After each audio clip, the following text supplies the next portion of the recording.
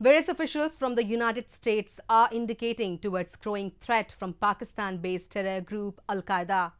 The statements made by the two eminent officials from America suggest that the terror group Al-Qaeda is using dual policy of strengthening its might while simultaneously shifting the focus of counter-terrorism departments towards its offshoot ISIS, a report.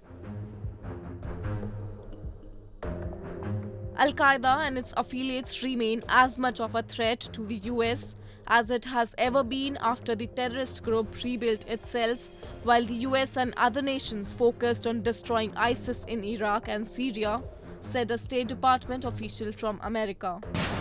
Nathan Sales, the State Department's coordinator for counter-terrorism, said at a briefing in Washington that Al-Qaeda has been strategic and patient over the past several years. It has let ISIS absorb the brunt of the world's counter-terrorism efforts while patiently reconstituting itself. What the world is seeing today is an Al-Qaeda that is as strong as it has ever been. Last year, the UN listed 11 ISIS-linked individuals at the so-called 1267 Committee. That's a good start, but these UN designations need to be implemented in individual countries. And that means we need more partners to adopt effective domestic designations regimes that allow them to sanction known terrorists. Fourth and finally, we need to deny ISIS the ability to radicalize the next generation of fighters. While the caliphate has been destroyed, ISIS's ability to inspire attacks persists because its ideology persists. We need to collectively refute the hateful, intolerant, and supremacist messaging that helped give rise to ISIS in the first place. Let me end with a final word on prosecutions. There's currently about 2,000 ISIS foreign fighters in SDF custody in Syria, and that's in addition to the Syrian and Iraqi citizens captured by the SDF. Let me be clear. These fighters are dangerous, battle-hardened terrorists. They left comfortable lives to go to the desert to fight for an idea, and they're still committed to that idea. We all have an obligation to keep them from ever returning to the battlefield.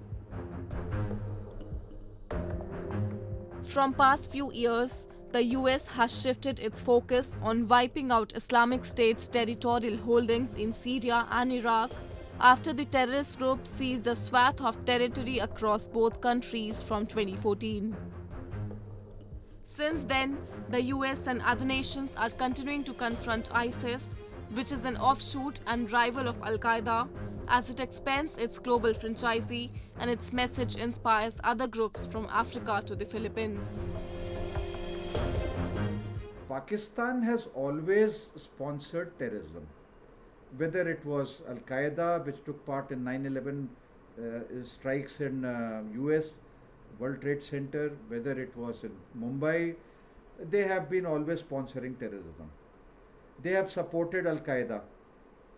Now, even now, when the American troops are wanting to pull out from Afghanistan, to some extent, dependency on Pakistan to mediate and get the Americans out and have a peaceful settlement so that Al-Qaeda and the Afghani government in power, they are able to coexist. Now, if that be so, then, and second is the Kashmir. The Kashmir issue, Pakistan again is sponsoring terrorism. They have two theories. One is a good terrorist and one is a bad terrorist. A good terrorist is one who is operating in Kashmir. Today itself, Prime Minister Modi has said that in the last 30 years in Kashmir, 42,000 innocent lives have been lost. So that is a good terrorist for Pakistan. And anything which is happening in Balochistan or anywhere else against the interests of Pakistan, that is anything happening in favor of Pakistan is a good terrorist. And something like Balochistan is a bad terrorist. So, alignment of Pakistan with ISIS, with Al-Qaeda is quite obvious. James Jeffrey, US envoy to the international coalition fighting ISIS, said that despite losing the once vast territory ISIS held in Syria and Iraq, the risk remained of attacks by underground cells and an expansion of the militants into new areas. The terror groups ISIS and Al-Qaeda remain a global threat, with the latter quietly rebuilding itself as the world focused on wrestling back territory seized by the former. But what we have seen is a persistent, resilient, rural, terrorist level of violence generated by these underground cells of ISIS, particularly in the area south of, as you're looking at the map, Mosul and the Kurdish areas down to Iraq, down to Baghdad. The US assessment of Al-Qaeda's strength runs counter to the general perception that the group was more isolated and under pressure since the killing of its founder Osama bin Laden in 2011. Last week, the US media reported that Osama bin Laden's son Hamza, considered a possible heir apparent to the Al-Qaeda leadership, was killed at some point in the past 2 years. Having considered all the threat reports coming from Al-Qaeda, the US State Department said that no one should mistake the period of relative silence from Al-Qaeda as an indication that they have gotten out of the business. They are very much in this fight, and we need to continue to take the fight to them.